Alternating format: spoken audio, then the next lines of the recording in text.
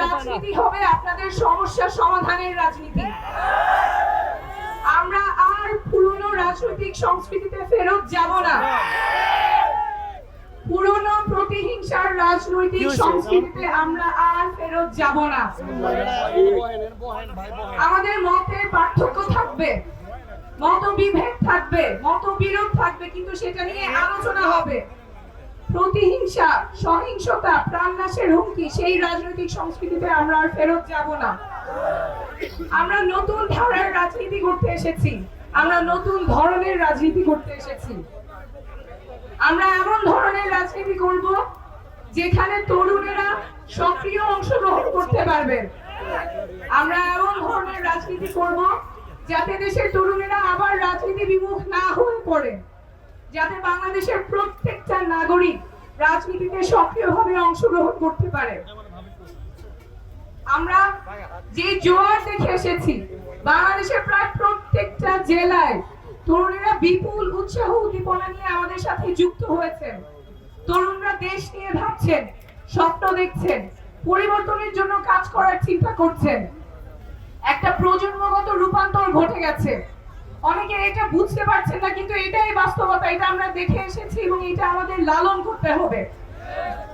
যে রাজনৈতিক সচেতনতা তৈরি হয়েছে সেটা আমাদের লালন করতে হবে। ঠাকুরগাঁয়ের লামিন যে স্বপ্ন নিয়ে দেশের জন্য রাস্তায় নেমেছে, সিরাজগঞ্জের জুবাইর যে স্বপ্ন নিয়ে রাস্তায় নেমেছে, সেই স্বপ্ন আমাদের লালন করতে হবে।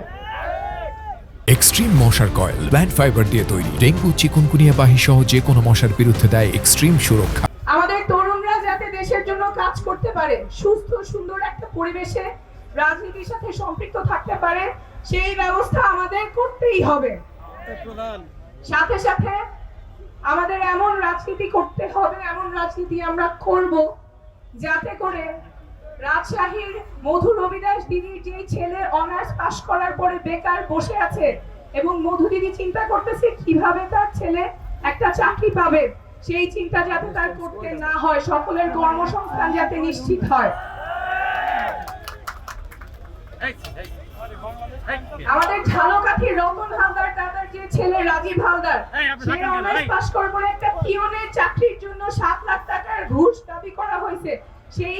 সেই বাংলাদেশে যাতে আমাদের যেতে না হয়, সকলের কর্মসংস্থান তার যোগ্যতা অনুযায়ী যাতে হয়, স্পেশালি সরকারি যে চাকরির ক্ষেত্রে কোনো ঘুষ, পদবীর যে বাণিজ্য, সেই বাংলাদেশে যাতে আমাদের ফেরত যেতে না হয়। আমরা এমন ধরনের রাজনীতি করব যেখানে নারীরা সক্রিয়ভাবে অংশগ্রহণ করতে পারবেন। মিথ্যা অপবাদ, মিথ্যা প্রপাগান্ডা ফেস করতে হয়েছে, কিন্তু তারা রাজপথ ছাড়েন নাই, তারা আমাদের সাথেই আছেন।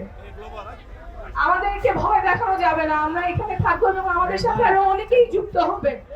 ব্রাহ্মণবাড়িয়ার তিথি, রাজবাড়ির আফরিন, ভোলার মেঘলা, ওরা যখন রাজনীতি করতে আসবে, আমাদের এমন সুস্থ সুন্দর পরিবেশ তৈরি করতে হবে যাতে তাদের বাবা মা চিন্তা করতে না হয় যে আমার মেয়েটা রাজনীতিতে নিরাপদ থাকবে কিনা।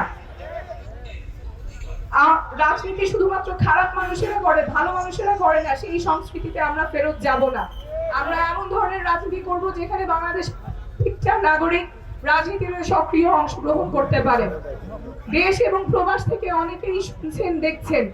আমরা এমন ধরনের রাজনীতি করব যাতে চুয়াডাঙ্গার শারমিন আপার যে ভাই মুন্না ভাই, উনি সৌদি আরব থেকে অনেক কষ্ট করে উপার্জন করে রেমিটেন্স দেশে পাঠায়, ওনারও যাতে রাজনীতিতে অংশগ্রহণ করার সুযোগ থাকে, উনিও যাতে ওনার এলাকার এমপি নির্বাচনে উনি ভোটটা দিতে পারেন। আমরা জাতীয় নাগরিক পার্টি থেকে বলছি আমাদের প্রত্যেক প্রবাসী ভাই বোন যারা কষ্ট করে প্রতি বছর আমাদেরকে রেমিটেন্স পাঠায়, তারা যাতে ভোটের সুযোগ পান এবং সবাই যাতে আগামী নির্বাচনেই ভোট দিতে পারেন।